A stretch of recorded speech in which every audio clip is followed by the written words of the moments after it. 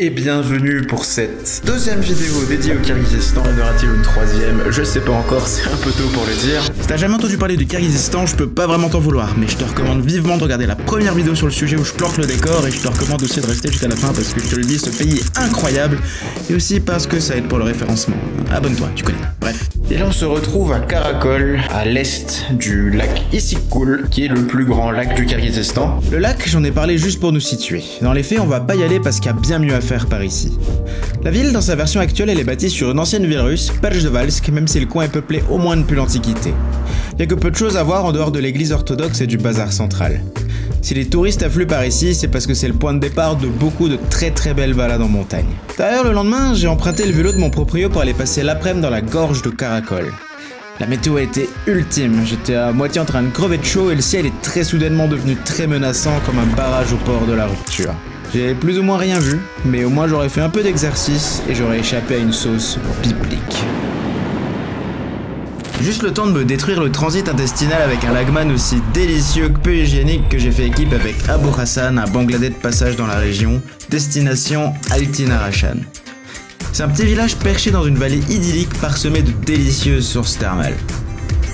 Normalement, il faut randonner sur 15 km pour y accéder, mais comme Abu Hassan était feignant et que j'avais le bide en vrac, on a opté pour une montée en 4x4 qu'on a payé quasi moitié prix.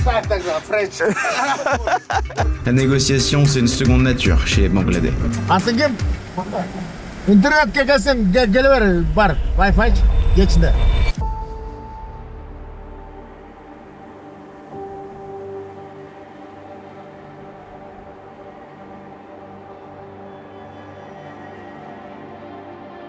Comme tu peux le constater, je t'ai pas menti. C'est juste magnifique, on se met vraiment très bien.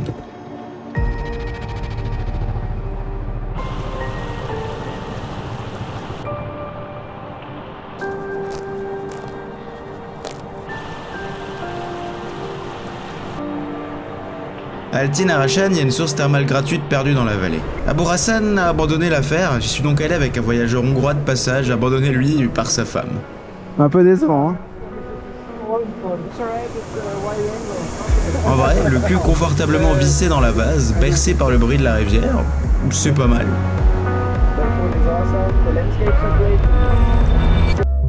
Altin-Arashan, c'est un village qui se couche tôt. C'est un paradis pour échapper à la chaleur, au réseau et au stress de la vie moderne. How are you feeling, Abu Hassan? Frozen. It's not that cold, come on. Frozen. Our winter in Bangladesh. 20 C. And where I come from is hardly below 25. You're gonna survive. I'm fat and unfit and frozen. Yeah, but fat it's keeping you warm. Yeah. Good morning, Abu Hassan. Good morning. S'en est suivi une interminable descente envoûtée par la musique, des grincements du châssis où j'ai failli rendre mon petit-déj tant ça secouait et que le chauffeur voulait pas qu'on mette la ceinture. Au Kyrgyzstan, si tu mets la ceinture, ça veut dire que tu lui fais pas confiance. Pas évident quand il te pointe du doigt une carcasse de bagnole en bas de la falaise en faisant le décompte des morts. C'est la très grande ville, ça, monsieur. 38 degrés, c'est le bassin frais, s'il te plaît. Oh, c'est si bon. Vive le Kyrgyzstan. J'ai l'impression qu'en contrebas, là, on peut aller se baigner directement dans la rivière, dans de l'eau bien glacée, ça rase. Allez, vas-y, on y va en entier, Ça abominable.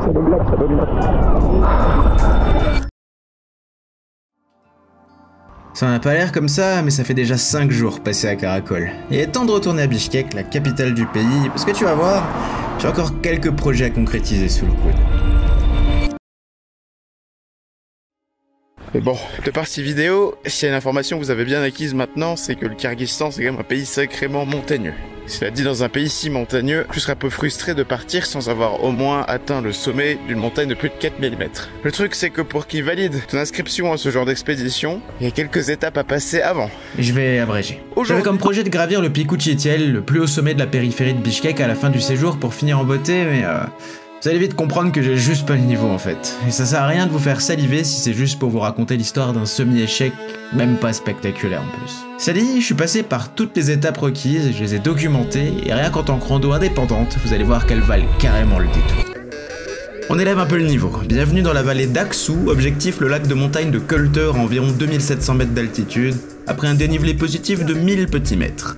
Cette rando est classée de niveau moyen par l'agence qui organise le tour. Comme la première que j'avais faite avec eux était censée être facile et qu'elle l'avait clairement pas été, j'étais curieux de voir jusqu'à quel point je pouvais pousser. À chaque fois c'est la même chose, à chaque fois j'en chie, à chaque fois je recommence. C'est tout moi.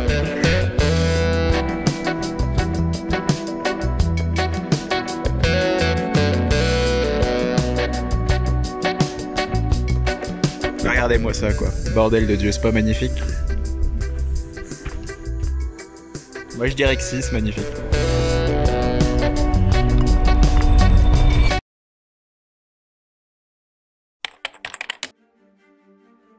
La randonnée d'aujourd'hui, elle s'appelle Radzeg-Út. C'est un refuge de montagne à 3550 mètres d'altitude. Je m'en sers de préparatif pour voir si je suis capable de tenter un 4000 la semaine prochaine. Non. J'ai vidé le sac comme jamais, pas d'appareil photo aujourd'hui. On va tout faire avec le téléphone, l'Osmo et la GoPro. On se retrouve dans le bus.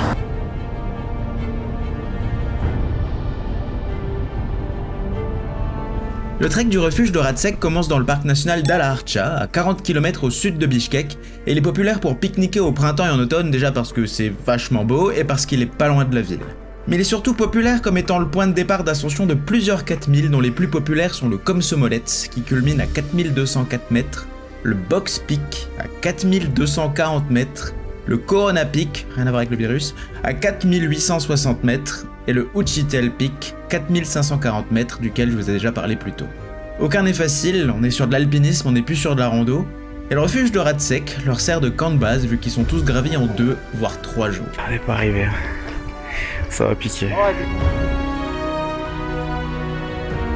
Incroyable sur 10. Comme d'hab. Le seul truc qui me rassure vraiment maintenant, c'est que je devrais avoir suffisamment de pauses pour que ça se passe pas trop mal. On reste courageux, on n'abandonne pas, on y va doucement et sûrement. Cette rando, c'est 1350 mètres de dénivelé positif entre 2200 et 3550 mètres d'altitude. Ça commence assez gentiment par des chemins presque forestiers, puis ça se corse, au fur et à mesure que les plantes laissent place à la roche nue, que les chemins de terre disparaissent en révélant des glissantes pentes sableuses et les premières moraines du parc. En arrivant aux altitudes où la végétation avait lâché l'affaire, la fatigue s'accumulant, j'ai bien compris que si j'allais bel et bien atteindre le refuge ce jour-là, cumuler cette marche d'approche et une ascension d'haute altitude, c'était pas du tout raisonnable. C'est bien beau de monter, mais après il faut redescendre aussi. Bon, petit 1, ça nique, c'est incroyable comment c'est beau. Et petit 2, on est juste à côté, et il y a quasiment que du plat. Donc, on peut déjà qualifier ça d'une réussite. On qualifiera ça d'une réussite complète quand on sera de nouveau en bas et que je serai pas mort. Wyatt, which one is Uchitel Peak? This one, but we don't see this. Oh shit. Behind the clouds. How hard is it? How difficult? Really? One of the most hardest. Comme on avait respecté le timing, on a eu le droit à 1 heure de traversée de moraine en bonus pour aller voir le lac Uchitel et son glacier. Ça n'a pas été facile du tout, mais la majesté de ces paysages alpins valait chaque goutte de sueur versée. Un truc de fou malade! Cette journée m'a coûté 12 €. Alors qu'ils en méritent 112. Quel pays de ouf. Mais venez au Kyrgyzstan, venez, visitez ce pays, il est incroyable. Venez ici.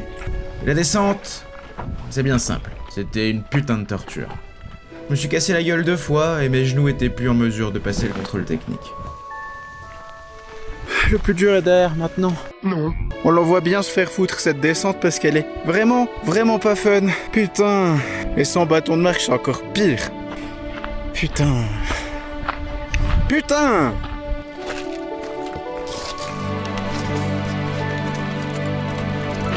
C'est un cauchemar tout seul. Un putain de cauchemar. Comment j'en ai marre. Bon, On est de retour dans la verdure, c'est-à-dire que c'est beaucoup moins raide, donc la descente elle est presque agréable. Non. Bon, j'ai tellement les genoux en confiture que de toute façon il y a plus grand chose qui est agréable. Moi que je me fasse bouffer par un ours ou une panthère des neiges, je suis sûr et certain de réussir à retourner jusqu'au minibus. Et par rapport au pic Ouchitel, comme tu as pu le voir plus tôt dans la vidéo, on l'a vu là-bas en haut, c'est hors de question que j'essaye. C'est hors de question. Si on veut grimper ce fameux pic Ouchitel qui fait 4500 mètres, c'est un beau bébé quand même. L'idée c'est que le premier jour en fait on fait cette randonnée jusqu'à Ratsekut et le lendemain matin et quoi 2-3 heures du mat, on sort du lit, on donne l'assaut à la montagne et une fois qu'on arrive au sommet on redescend tout jusqu'au bus. Et là c'est un peu le problème. Si je pense qu'en faisant beaucoup de pauses, j'ai bien 10-15% de chance d'atteindre le sommet du pic Ouchitel. En revanche, je pense pas que ce soit possible pour moi d'atteindre le sommet et de réussir à redescendre en sécurité, étant donné comme j'en ai chié dans les parties sableuses là-bas. Vraiment de la merde le sable. C'est de la merde. De la merde. Donc voilà, j'ose espérer que le week-end prochain, je ferai mon baptême de cheval. Le cheval, ça m'a pris fait. Le cheval, je trouvais trop beau. Et oh bah du coup l'idée du cheval c'était pas une blague, ce matin on part faire du cheval, c'est pour ça que j'ai mis mon uniforme de cavalier kirghize. Petite anecdote par rapport au cheval, j'en ai jamais fait de ma vie et j'étais censé en faire une fois. J'étais en Tunisie avec mes parents à Hammamet et bon comme j'étais un gosse et que mes parents avaient envie de passer un peu de temps ensemble, normal, ils m'avaient inscrit dans un espèce de camp de jeunes qui était proposé par notre hôtel à Hammamet. Et j'étais censé aller faire du cheval. Quand on arrive à l'écurie, je suis allé caresser les canassons parce que bah c'est quand même sympa. Quand les organisateurs du tour ont vu que j'avais des vêtements recouverts de poils de cheval, ils ont décrété, va savoir pourquoi, que j'étais un mytho, que j'avais déjà fait un tour en cheval, et donc je suis jamais monté sur le foutu canasson. Je me souviens pas trop de ces vacances en Tunisie parce que j'étais gosse. Par contre, je me souviens bien qu'on me fait passer pour un énorme mytho, alors que je jure devant tout ce que j'ai jamais fait de cheval. Aujourd'hui, c'est une première. Je sais pas trop à quoi m'attendre, tu vois, un cheval c'est pas une bagnole, y a pas une pédale pour appuyer, le cheval accélère et une pédale pour freiner, le cheval ralentit. Être cavalier au Kirghizistan, c'est quelque chose qui est hyper ancré dans la culture, dans les mœurs. Si vous voulez faire des blagues aux gens genre oh t'es kirghiz, tu dois savoir faire du cheval, bah la réponse que t'auras la plupart du temps c'est ouais, effectivement je sais faire du cheval, tout le monde sait faire du cheval ici.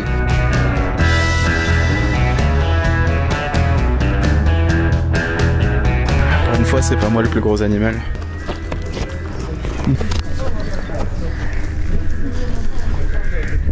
Oh. Oh. Quelle angoisse. Oh bordel. Oh putain. Bon, vous arrivez? Ça me stresse. Le plus important, ce qu'il dit, c'est que faut pas avoir peur. Moi je le laisse faire, c'est lui le maître à bord ici. Bon ça va, mon jolly jumper il est plutôt détente comme canasson. L'angoisse du début est en train de passer. Non. T'es un bon canasson jolly. Oui. Ça c'est mon valcheux.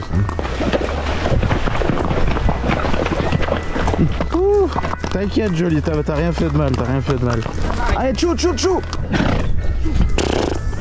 Tu fais pas de folie hein, pas de dinguerie hein. Tu traverses pépère hein, pas de dinguerie joli. Là, voilà, voilà.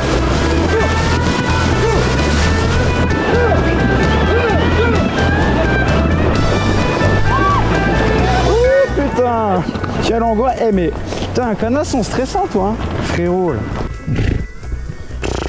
Pourquoi tu râles, Jolly? Je trouve que je suis gros, c'est ça? Putain, j'ai perdu pas mal de poids depuis que je suis arrivé ici, tu devrais le savoir. On se connaît depuis si longtemps tous les deux. Comme c'est beau, c'est même pas vraiment du travail quand c'est beau comme ça. Non? C'est magnifique. C'est magnifique, gros. Attends. Je vais être franc. Faire du cheval, c'est probablement l'activité la plus angoissante que j'ai jamais faite. Je passe pas une mauvaise journée, loin de là, le cadre est formidable. Mais cette sensation constante d'être à la merci d'un animal 6 fois plus lourd que moi et dénué de scrupules, c'est définitivement pas fait pour moi. Arrête de bouffer, Jolly. Oh.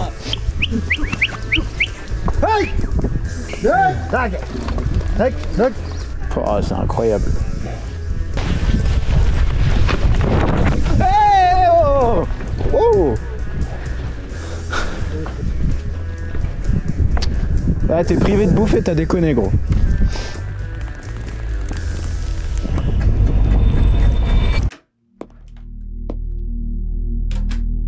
Donc Donc je sais pas si les chevaux sont bêtes, hein, je pense pas. Après, évidemment, je m'attendais pas à débattre des législatives 2024 avec le canasson, mais je sais pas, je trouve que ça a des réactions vraiment bizarres. Mon cheval, il passait son temps à bouffer, à courir quand je voulais pas qu'il court, et être léthargique quand je voulais qu'il avance un peu, enfin bref. Tout ça pour dire que voilà, j'apprécie pas plus les chevaux qu'avant, j'aurais aimé découvrir la communion avec les équidés, c'est pas arrivé. En revanche, je ne critiquerai plus les cavaliers, ce que vous faites les gars, c'est quand même pas facile. Presque la fin du séjour ici, je trouve qu'on finit d'une belle manière.